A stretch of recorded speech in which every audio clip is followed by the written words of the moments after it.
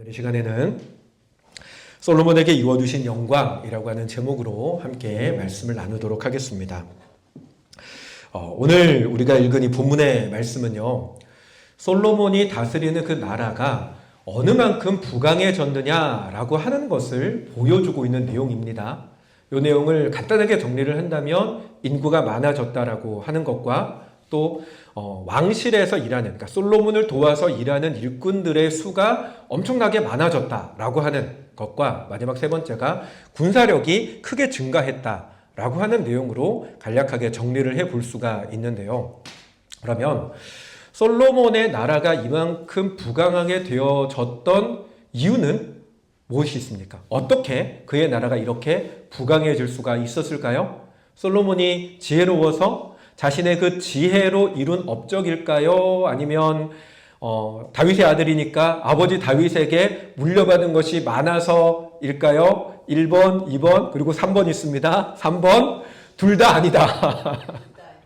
그렇죠. 둘 다 아닙니다. 솔로몬의 나라가 이와 같이 부강해질 수 있었던 이유는 전부 다 하나님의 은혜 덕분입니다. 하나님께서 은혜를 주셨기 때문에 그의 나라가 그렇게 부강해질 수가 있었던 것이죠. 여러분, 우리가 열왕기상 2장을 우리가 지나왔지만 2장의 마지막을 보게 되면 2장 마지막에 나라가 솔로몬의 손에서 견고하여졌다라고 하는 말로 끝이 나게 되는데, 이 말은 솔로몬이 나라를 견고하게 했다라는 의미가 아니라 하나님께서 그의 나라를 견고하게 해 주셨다라고 하는 의미입니다. 그리고 그렇게 마무리를 하고 나서 이어지는 3장과 4장은 무엇을 보여주냐면, 그러면 하나님께서 그의 나라를 견고하게 하신 게 구체적으로 어떤 식으로 이루어졌냐라고 하는 걸 3장과 4장이 보여주고 있다라고 하는 거죠. 오늘 본문도 마찬가지고요. 그래서 사실은 성경이 오늘 4장에서처럼 이 솔로몬 나라의 부강함을 보여주는 목적은 솔로몬이 대단했다, 그가 엄청 잘난 인간이다 라고 하는 걸 보여주는 목적이 아니라 하나님의 은혜가, 하나님의 역사가, 하나님의 말씀이 솔로몬의 삶 가운데, 그의 나라 가운데 구체적이고 실제적으로 이렇게 이루어졌다라고 하는 걸 보여주는 것이 목적이다라고 하는 것입니다. 여러분, 하나님의 은혜는요, 하나님의 역사는요, 절대로 말로 끝나지 않습니다. 믿으십니까, 여러분? 하나님은 말만으로 끝내시는 분이 아니십니다. 사람은 말로만 끝날 때가 많습니다.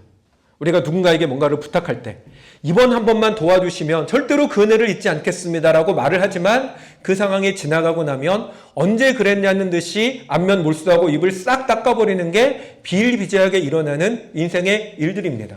오죽하면 화장실 들어갈 때 다르고 나올 때 다르다라고 하는 말이 있겠습니까? 또 여러분, 믿는 도끼에 발등 찍힌다라고 하는 속담도 사실은 같은 맥락입니다. 아무리 믿어달라 신뢰와 신뢰를 얘기해도 꼭 그렇게 말하는 사람이 뒤에 뒤통수 치는 일들이 일어나다 보니까 그와 같은 속담들, 그와 같은 이야기들이 일어나게 된 것이죠.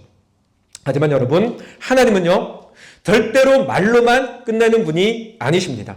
하나님의 말씀은 반드시 행동으로 나타나고요, 하나님의 역사는 우리가 살아가는 실제적인 삶의 현장 가운데 구체적이고 실제적으로 이루어지는 역사입니다. 그러므로 사랑하는 여러분, 우리는 이 사실을 분명히 믿어야 합니다.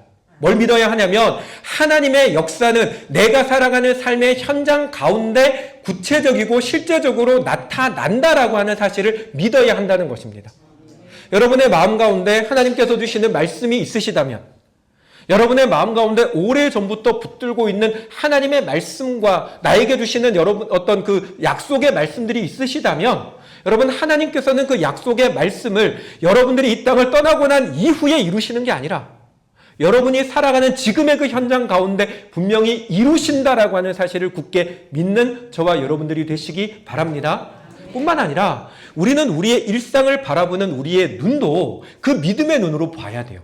무슨 말이냐면, 주일날 교회에 와서 예배 드리는 이 시간만 여러분이 하나님을 경험하고, 아, 하나님 오늘 찬양하면서 이런 은혜 주셨네, 설교하면서 이런 말씀 주셨네 로 끝나는 것이 아니라, 돌아가서 여러분이 살아가는 월요일부터 토요일까지의 그 모든 시간들의 일상 속에서 하나님이 구체적으로 어떻게 일하고 계신지, 하나님이 내 삶 속에서 어떤 일들을 이루어 나가고 계신지를 보는 믿음의 눈을 가져야 된다는 것입니다.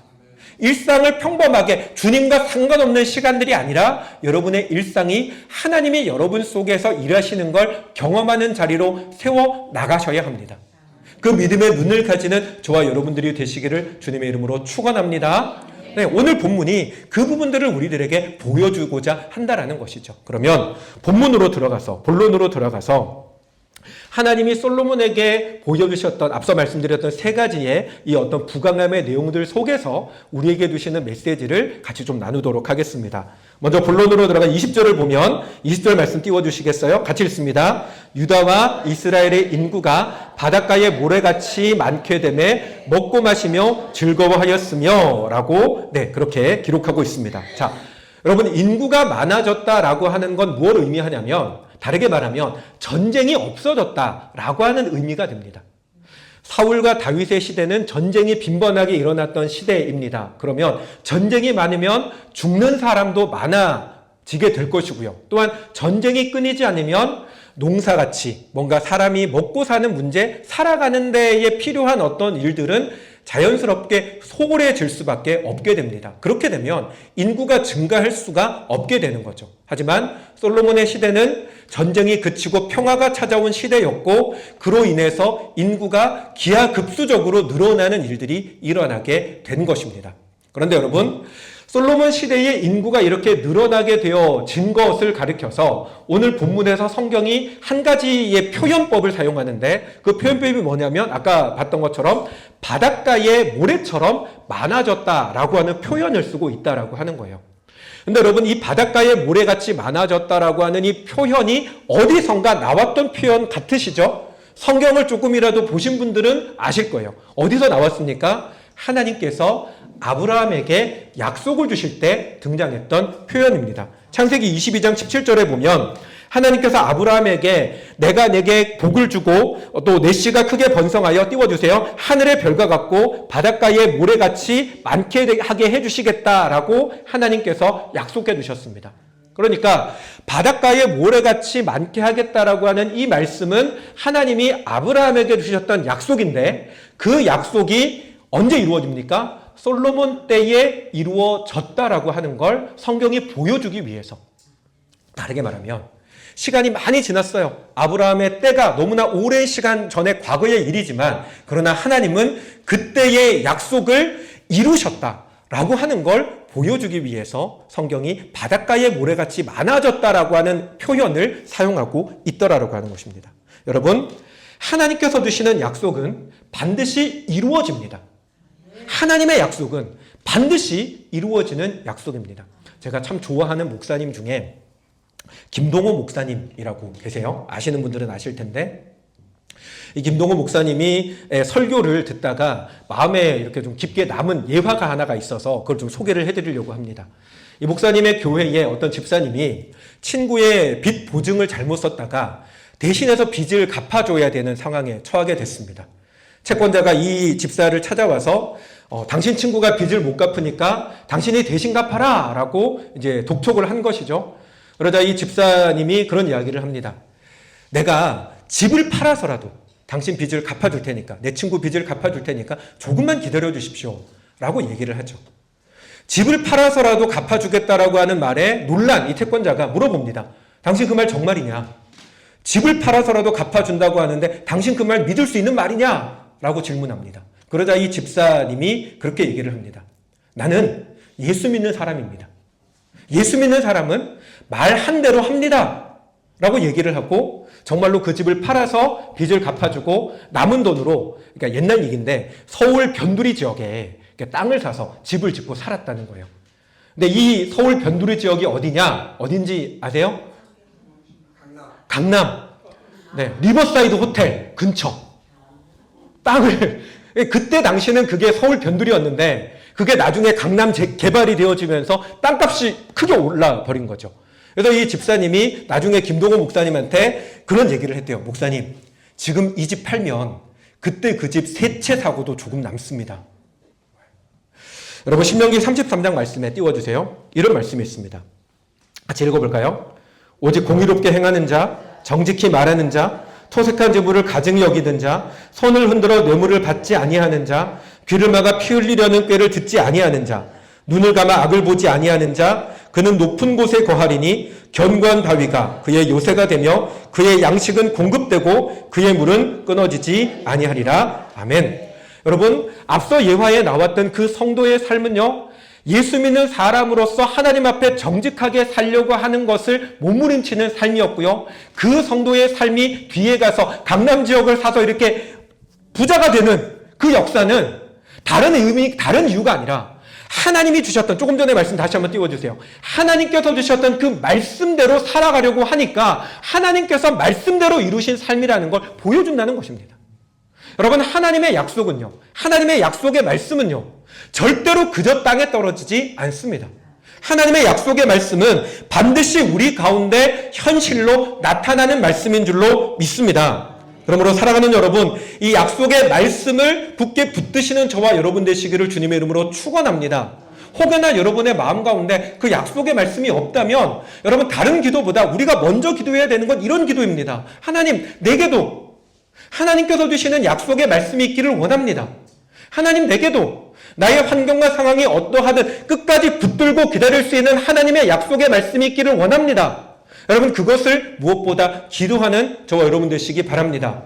물론 제가 저희 교회 개척하고 얼마 안 돼서 그런 내용의 말씀을 드린 적도 있어요. 뭐냐면, 목사인데도 하나님 주시는 말씀이 있는데도 그럼에도 불구하고 환경과 상황이 나를 공격하면 넘어진다는 거예요. 마음이 사정없이 떨어지고 하나님 왜 나에게 이런 일을 이루십니까? 라고 하는 원망의 마음이 저도 일어나더라고요. 사람이 그래요. 사람은 연약하기 때문에 환경과 상황이 나를 힘들게 하면 그 속에서 마음이 떨어지고 믿음이 떨어집니다. 또한 사탄이요, 너무나 우리를 잘 알아서 어떻게 공격하면 저 인간을 넘어뜨릴 수 있는지를 너무 잘 알기 때문에 집요하게 공격을 합니다. 그래서 내 마음과 생각에 사정없이 고꾸러지는 일들이 일어난다는 거예요. 그럼에도 불구하고 여러분, 놀라운 게 뭔지 아세요? 하나님은 흔들리는 나의 마음과 생각까지도 하나님을 의지하면 지켜주신다는 것입니다. 빌립보서 4장 6절의 말씀에 아무것도 염려하지 말고 오직 모든 일에 기도와 간구로 너희 구할 것을 감사함으로 하나님께 아뢰라. 그리하면 모든 지각에서 뛰어나신 하나님의 평강이 그리스도 예수 안에서 너의 마음과 생각을 지키시리라 라고 말씀이 나옵니다. 여러분, 이거 전에 한번 제가 말씀드렸는데 이 말씀 구절이요, 되게 이상해요. 뭐가 이상하냐면, 기도하고 간구하면 우리가 보통 어떻게 생각해요? 기도하고 간구하면 내가 너에게 속히 이루리라 라고 끝나야지 뭔가 말이 맞잖아요. 근데 이 말씀은 어떻게 끝나냐면 이루리라로 끝나는 것이 아니라 마음과 생각을 지켜주겠다라고 끝이 난다고요. 되게 의문이 들었어요. 왜 이렇게 끝나지? 하나님, 뜨겁게 기도하고 간절히 기도하고 포기하지 않으면 내가 반드시 너에게 이루리라 라고 끝이 나야 그래, 포기하지 않고 기도해야지 라고 될 것 같은데 왜 마음과 생각이라고 하는 말로 갑자기 뭔가 색깔이 바뀌지? 그 이유를 말씀드렸습니다. 어떤 거냐면, 여러분, 기도하면 이루시는 건 정해진 거예요. 기도라고 하는 건 하나님이 우리 마음 가운데 심으신 거기 때문에 하나님이 우리 마음에 기도할 마음을 심으시는 건 이루시려고 심으시는 거예요. 그러니까 여러분, 우리가 기도하면 하나님 이루십니다. 내가 의심하든 또는 내가 그 사실을 못 믿든 간에 하나님이 기도하는 마음을 심으셨으면 이루세요. 다만 문제는 뭐냐면 끝까지 기도해야 돼요. 포기하지 않고 기도해야 돼요. 근데 환경이 변하고 상황이 변하고 사탄이 공격하면 마음과 생각이 흔들려서 기도가 포기되는 겁니다. 그래서 여러분, 하나님 우리에게 말씀하시는 거예요. 기도하면, 나에게 간구하면 너의 마음과 생각까지도 내가 지켜서 끝까지 기도하게 해 주신다는 것입니다. 그러므로 사랑하는 여러분, 여러분이 기도하실 때 하나님의 약속의 말씀을 붙들고 나아갈 때 마음이 흔들립니까? 생각이 흔들립니까? 내가 믿음이 있었는데 지금 보니까 믿음이 없는 것 같습니까? 괜찮습니다. 원래 우리는 그렇습니다. 기도하면, 하나님 의지하면 그 마음과 생각도 하나님이 지켜주실 줄로 믿습니다. 이 믿음으로 하나님을 의지하며 기도하는 저와 여러분 되시기 바랍니다. 다음으로 22절 말씀인데요. 22절 이하에 보면 솔로몬의 하루 음식물은 이라고 하면서 밀가루가 30고리요, 굵은 밀가루가 60고리요, 살찐소가 어쩌고저쩌고 이렇게 쭉 나오게 됩니다. 여러분, 여기서 말하는 이 고르라고 하는 단어 있잖아요. 이게 지금 우리식으로 얘기를 하면 뭔가 이게 양을 측정하는 단위예요. 그래서 1고르가 220리터라고 합니다. 1고르가 220리터. 그래서 학자들이 여기 나와 있는 이 내용을 가지고 계산을 해봤더니 여기 나와 있는 음식물의 양이면 14,000명이 하루 동안 먹을 수 있는 양이라고 합니다. 그러면 솔로몬이 14,000명이 먹을 만한 양을 혼자 다 먹었다는 얘기일까요? 그건 말이 아니죠. 네, 이게 어떤 의미냐면 솔로몬의 왕실에서 일하는 사람들이 하루 소모했던 양이 이만큼이다 라고 하는 얘기이고요. 이 사실은 무엇을 의미하냐면 솔로몬의 왕실에서 솔로몬을 도와서 함께 일하는 사람들의 숫자가 몇 명이었다고요? 14,000명의 사람들이 있었다라고 하는 걸 보여주는 기록입니다. 여러분, 우리가 쭉 솔로몬의 이야기를 살펴보고 있는데요. 솔로몬이 처음 왕이 될 때 그는 사람이 거의 없었습니다. 고작해야 극소수의 사람들만 데리고 겨우겨우 하나님 은혜로 왕이 됐는데, 그렇게 사람이 없이 시작했던 솔로몬이 왕이 되고 시간이 지나면서 그를 돕는 사람들이 점점 늘어나 14,000명의 사람들까지 늘어났다는 것입니다. 누가 이렇게 해주셨습니까? 하나님이 그에게 이와 같은 은혜를 주셨다라고 하는 거죠. 어떤 은혜요? 사람을 주셔서, 함께 동력자를 주셔서 함께 하나님의 나라를 세워나가는 일을, 그 복을 주셨다라는 것입니다. 여러분, 하나님께서 우리에게 주시는 복은 사람의 복이기도 합니다. 무슨 말이냐면 하나님께서는 좋은 사람들을 주셔서 그들과 함께 일하는 복을 하나님은 주신다는 것입니다. 우리가 성경을 가만히 들여다보면 하나님께서는 언제나 사람을 통해서 일하셨고요, 사람과 함께 일하신 것을 보게 됩니다. 창세기에서도 하나님께서 아담을 창조하시고 나서 그 아담으로 하여금 만드신 모든 피조물의 이름을 다 짓도록 하셨습니다. 하나님이 하실 수도 있는데도 불구하고 하나님은 아담을 시켜서 아담이 이름을 짓게 하셨고요, 또 홍수 사건 때에도 하나님의 능력으로 그들을 달랑 들어서 구원하실 수도 있음에도 불구하고 노아를 통해서 방주를 짓게 하시고 그것을 통해서 노아 가족과 다른 짐승들도 생명을 구원하도록 하셨습니다. 출애굽 때도 마찬가지죠. 이스라엘이 이집트의 노예로 있을 때에 하나님께서는 얼마든지 그들을 달랑 들어서 옮기실 수 있지만, 그러나 모세를 통해서 또 아론을 통해서 하나님께서는 그들을 구원하게 하셨습니다. 이와 같은 내용들은 하나님께서 언제나 사람과 함께 사람을 통하여 일하시는 분이라는 걸 보여줍니다. 왜 그럴까요? 왜 하나님 그렇게 일하실까요? 하나님 능력이 없는 것도 아닌데요. 오히려 여러분도 자녀들을 키워보셨으면 다 아시겠지만 여러분, 애가 하는 것보다 어른이 빨리 끝내는 게 편해요. 그렇죠, 여러분? 집안 청소시킬 때도 3, 4살짜리 애기 보고 청소하라고 하는 것보다 그거 하고 나면 내가 가서 뒷손질을 더 많이 해야 되는데 그 시간을 들이느니 내가 가서 얼른 해버리면 끝입니다. 하나님께도 마찬가지입니다. 그럼에도 불구하고 왜 하나님께서는 사람을 통해서 일하십니까? 그 이유는요, 하나님은 공동체로, 연합으로 일하는 분이기 때문에 그렇다는 것입니다. 제가 새벽 묵상 때에도 한번 말씀을 드렸어요. 여러분, 하나님은 삼위일체로 존재하십니다. 성부, 성자, 성령 하나님께서 각자가 독립적으로 완벽한 하나님이시지만 우리가 알 수 없는 하나님의 오묘한 섭리 속에서 이 세 분이 하나로 존재하는 게 삼위일체입니다. 이 말은 다르게 말하면 하나님은 존재 방식이 공동체로, 연합으로 존재하신다는 거예요. 그렇기 때문에 하나님은 하나님 안에서도 연합으로 존재하시지만 만드신 피조물인 우리 사람과도 연합으로 존재하기를 원하십니다. 그래서 예수님께서도 그런 말씀을 하시는 거예요. 그가 내 안에, 너가 내 안에, 내가 너 안에 하나 되기를 원한다는 거예요. 연합하기를 원한다는 거예요. 공동체로 함께 있기를 원한다는 거예요. 마찬가지로 하나님이 일하시는 방법도 동일합니다. 하나님은 우리가 한없이 미약하고 부족하지만 그럼에도 불구하고 하나님은 우리와 함께 일하는 것을 기뻐하십니다. 그래서 하나님 우리를 쓰시는 거예요. 그래서 하나님 우리를 부르시는 것입니다. 그러므로 사랑하는 여러분, 하나님께서 우리를 불러서 일을 맡기실 때 그것이 우리를 위하여 기쁘게 우리를 부르신 자리라고 하는 사실을 기억하는 저와 여러분들 되시기 바랍니다. 여러분, 때로는 우리가 교회 안에서 하나님께서 나에게 맡기시는 일들이 있습니다. 그런데 우리는 늘 고민하죠. 내가 해야 되는 다른 일들이 많고 많은데, 내가 볼 때는 이 일들이 나에게 더 중요한데, 또는 하나님 맡기시는 일이 필요한 건 알겠는데 요 일이 좀 지나고 나면 내가 하겠습니다 라고 하는 내 나름의 타임테이블을 가지고 하나님 앞에 나아갑니다. 하지만 우리는 기억해야 됩니다. 하나님이 우리를 부르신 그 자리는요, 나에게 가장 좋은 것을 주시기 위해서 부르신 자리라고 하는 사실을 여러분, 우리는 반드시 기억해야 됩니다. 제가 여러분 청주에서 개척을 하려고 마음을 먹고 4년 동안 준비를 했다가 하나님께서 저를 불러서 부산으로 다시금 보내셨고요. 부산인 줄 알고 왔더니 하나님이 부산이 아니다, 양산으로 가라 라고 해서 다시금 양산으로 왔어요. 제가 그렇게 오는 과정 속에서 마냥 행복했겠습니까? 마냥 기분이 방방 떠서 아멘 할렐루야 그러고 맞겠습니까? 아니요, 여러분.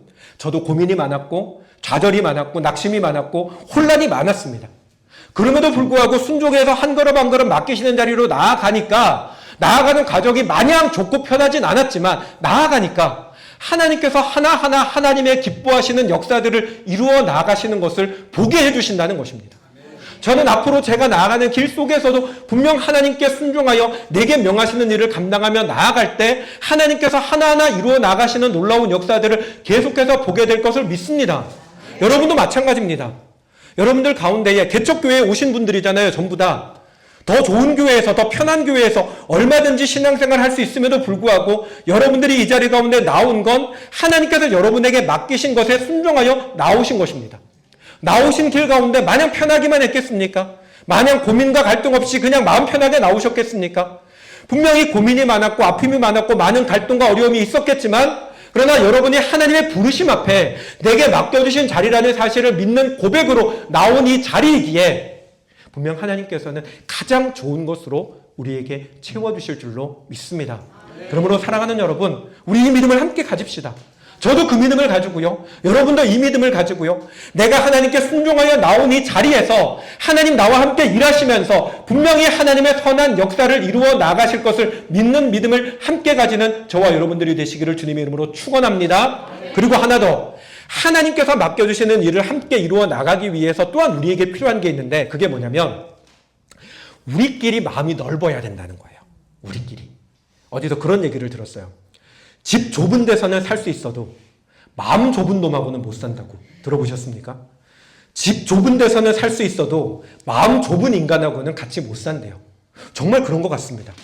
여러분, 서로 마음이 맞는 사람끼리는요, 작은 집에서 복작복작하며 살아도요, 서로 행복하게 잘 살 수 있어요. 오히려 부대끼면서 사는 게 더 행복할 수 있습니다. 그런데 아무리 50평, 60평, 100평 집에 살아도 마음 좁은 인간과 마음 맞지 않는 인간과 같이 살면 거기는 더 이상 살고 싶은 곳이 아닙니다. 여러분, 마찬가지로 하나님께서 우리에게 맡겨주신 일들을 감당할 때 여러분, 우리의 마음이 넓어져야 돼요. 생각해 보세요. 하나님 앞에서 우리는 한없이 부족하고요. 여러분들 한 사람 한 사람이, 물론 우리는 다 이 차이가 다 있습니다. 어떤 사람은 능력이 많아서 많은 일을 할 수 있는 사람도 있고, 어떤 사람은 능력이 부족해서 요만큼만 일하시는 분도 있고, 어떤 사람은 외향적이어서 막 이렇게 사람들을 만나고 다니는 걸 좋아하는 분도 있고, 또 어떤 사람은 저처럼 내향적이어가지고 낯선 사람 만나면 힘들어하는 그런 저 같은 성격도 있을 수 있어요. 그런데 여러분, 하나님 앞에서 우리의 그 모습들이 하나님 보실 때 쓰기에 마냥 편한 모습들은 다 아니라는 것입니다. 부족하고 어딘지 모르게 흠 있는 모습들이 다 있지만 그럼에도 불구하고 하나님께서 우리를 써주시는 이유는요, 어떤 이유인지 아세요? 하나님 마음이 넓어서 그래요. 하나님 마음이 우주보다 더 넓기 때문에 그렇다는 겁니다. 그러니까 이런 모습도 쓰시고 저런 모습도 쓰시고 때로는 지멋대로 살아도 기다려주시고 그러시는 거죠. 근데 우리도 마찬가지여야 한다는 것입니다. 아까 하나님께서 우리와 같이 일하시는 이유가 하나님의 속성이, 하나님의 본질 자체가 연합이라고 했잖아요. 그러면 하나님의 자녀된 우리 역시도 우리의 본질이 연합이어야 한다는 겁니다.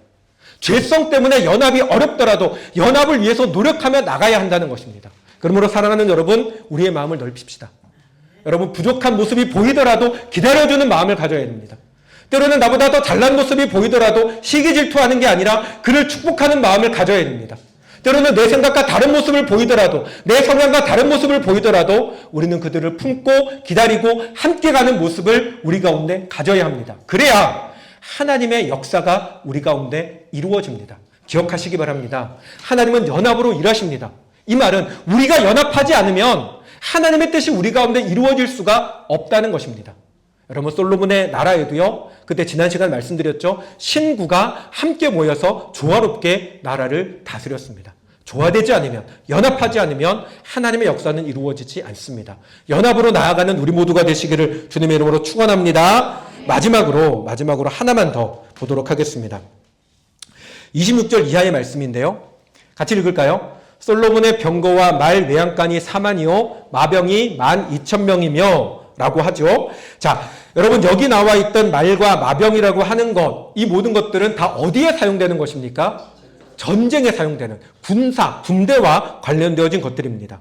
근데 여러분, 이와 같은 기록들이 나와 있는 건 나라가 점점 번성하면서 국방력이 증가했다, 군사력이 증가했다라고 하는 것들을 보여주는 것이지만, 좋게 보면 그만큼 나라가 강해졌다라고 하는 것이지만, 그러나 또한 여러분 이 기록은요, 우리에게 뭘 또 보여주려고 하냐면 솔로몬의 나라가 지금 뭔가 문제가 생겨가고 있다라고 하는 것을 보여주는 기록이라는 것입니다. 앞에 제가 솔로몬이 바로의 딸과 결혼하는 내용들에 대해서 말씀을 드리면서 나라가 외교적으로 그만큼 영향력이 강해져서 이집트가 딸을 줘서 혼인 동맹을 맺을 만큼 영향력이 커졌다라고 하는 것이지만, 동시에 하나님께서 금하시는 이방인과의 결혼을 솔로몬이 추진한 거기 때문에 문제가 있다는 것도 동시에 보여주는 거다라고 말씀드렸습니다. 이것도 동일합니다. 나라가 강해졌지만 그러나 이것이 솔로몬에게 문제가 되어주고 있다라고 하는 것도 동시에 보여준다는 것입니다. 왜 이게 문제냐? 여러분 신명기 17장에 보면 이스라엘 왕이 된 자가 하면 안 된다라고 하나님께서 말씀하신 것 3가지가 나옵니다. 그 중에 하나가 뭐냐면, 그게 뭐냐면 하나는 은금을 많이 가지지 말라는 것. 그리고 또 하나가 아내를 많이 두지 말라는 것. 그리고 마지막 3번째가 마병을 많이 두지 말라고 하는 3가지를 금하십니다. 3가지 중에 하나가 뭐라고요? 마병을 많이 두지 마라. 왜 하나님께서 마병을 많이 두지 말라고 하셨습니까? 그 이유는 군사력이 강해지면 하나님을 의지하는 마음에서부터 점점 멀어지기 때문입니다.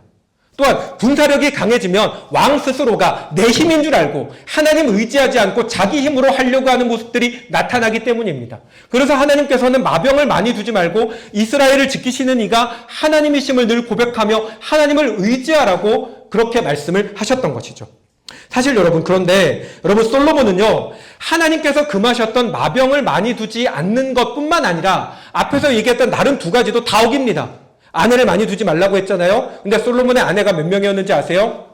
여러분, 아내가 700명이고요. 후궁이 300이었다고 합니다. 백제시대 의자왕은 따라갈 수도 없는 사람입니다. 뿐만 아니라 여러분, 은금을 많이 두지 말라고 했는데 열왕기상 10장에 보면 솔로몬 때에 이스라엘 땅에, 특별히 예루살렘에 금이 얼마나 많았는지 예루살렘에 사는 사람들이 은을 귀하게 여기지 않을 정도로 금이 많았다라고 성경이 기록합니다. 여러분 보세요. 솔로몬이 마병을 많이 두고 아내를 많이 두고 은금을 많이 가진 걸 다른 나라의 관점으로 본다면 이건 여러분 나라를 위한 것입니다. 여러분 평화라고 하는 건 대비해야 되는 거잖아요. 내가 무력을 적당히 어느 정도 가지고 전쟁을 대비해야 하는 것입니다. 그러다 보니 여러분 군사력을 단단하게 다져가는 것은 국가를 지킨다는 차원에 있어서는 필요한 것입니다. 뿐만 아니라 아내를 많이 둔 것도 주변 나라들과 결혼을 통해서 동맹관계를 맺고 그래서 적을 없애는 하나의 외교적인 수단으로서 활용이 되어진 것입니다. 나라의 은금이 많아진 것도 백성들을 풍족하게 만드는 좋은 것입니다. 그런데 그럼에도 불구하고 하나님께서 이 모든 것을 잘못됐다라고 말씀하시는 이유는요, 그 모든 것들의 본질이 어디에 있냐? 내 힘에 있다는 겁니다. 내 힘, 내 능력, 나의 힘으로 모든 것들을 이루겠다라고 하는 마음을 가지게 만드는 것이기 때문에 그렇다는 것입니다. 다윗과 솔로몬을 비교하면 여러분 다윗은 그의 평생에 오직 하나님만 의지했던 사람입니다. 여러분 다윗에게 있어서는 하나님이 전부였습니다. 그러다 보니 다윗은 하나님이 자신에게 너가 이것이 잘못됐다라고 말씀하시면 그때마다 즉각 엎드려 회개했습니다. 왜요? 하나님이 아니면 자기는 절대로 설 수 없다는 걸 알았기 때문입니다. 그가 위대한 왕이고 뛰어난 전사고 그에게 충성하는 군대가 아무리 많아도 나가서 싸울 때마다 늘 승리하며 주변의 모든 나라를 정복해서 솔로몬에게 평화로운 나라를 물려줄 만큼의 탁월한 능력의 사람이었지만, 그러나 하나님이 그를 붙들지 않으시면 절대로 설 수 없다는 걸 다윗은 알았기 때문에 하나님이 죄를 보여주시면 그때마다 엎드려 회개했습니다. 주님 아니면 살 수 없습니다라고 고백했습니다. 하지만 솔로몬은요, 물론 그도 처음에는요 하나님을 의지하던 사람입니다. 그가 지극히 미약했을 때 그는 하나님이 아니면 안 됩니다라고 고백하며 하나님을 의지하던 사람이었습니다. 그런데 시간이 지나면서 하나하나 가진 것이 늘어나고 움직일 수 있는 사람들이 늘어나고 활용할 수 있는 재산들이 늘어나니까 가진 지혜가 점점 더 충만해지니까 그는 점점 하나님을 의지하던 것에서 멀어져서 자신의 힘과 자신의 지혜와 자신의 역량을 이용해 나라를 지키고 세우려고 하는 사람이 되어버리고 말았다는 것입니다. 사랑하는 여러분, 다윗은 그의 말년에도 불구하고 하나님께 복을 받아 그의 아들이 솔로몬에게 그의 나라가 연결되어지는 것을 보고 영화롭게 죽는 은혜를 누렸지만 솔로몬은 왜 그 모든 풍성함과 풍요로움을 누렸음에도 불구하고 그의 마지막이 그렇게 참담하게 몰락하는 지경에 이르고 말았습니까? 이유는 여기 있습니다. 하나님을 전적으로 의지하는 것을 떠나는 순간 그의 패망이 시작되었기 때문입니다. 사랑하는 여러분, 그러므로 여러분 철저하게 하나님을 의지하는 것에서 주님 아니면 안 됩니다라는 믿음의 고백의 자리에서 떠나지 않는 저와 여러분이 되시기 바랍니다. 여러분 지금 여러분의 삶은 어떠십니까? 살만하십니까? 가정살림 좀 나아지셨습니까? 여러분의 삶의 자리 가운데 풍요롭고 걱정이 좀 사라지고 예전만큼보다는 그래도 지금 좀 괜찮게 살고 계십니까? 그렇다면 여러분 그럴수록 더욱더 경계하십시오. 섰다고 생각하는 순간이 넘어질 수 있는 자리임을 기억하십시오. 솔로몬이 언제 넘어졌습니까? 언제 그의 인생에 문제가 생겼습니까? 그가 노년이 아닙니다. 풍족해졌을 때, 살만해졌을 때, 가진 힘이 많아졌을 때 그때부터 서서히 하나님을 의지하는 것에서 벗어나고 있음을 우리는 성경을 통해서 볼 수 있어야 됩니다. 그러므로 철저하게 오직 하나님을 의지하는 그 자리에서 떠나지 아니하고 오직 나의 풍요로움이 넘칠수록 나의 삶이 조금 더 평탄해지는 것 같을수록 더욱더 경계하여 하나님 앞에 나의 믿음과 삶을 지켜 나아가는 저와 여러분이 되시기를 주님의 이름으로 축원합니다. 아멘. 우리 같이 함께 찬양하며 나가도록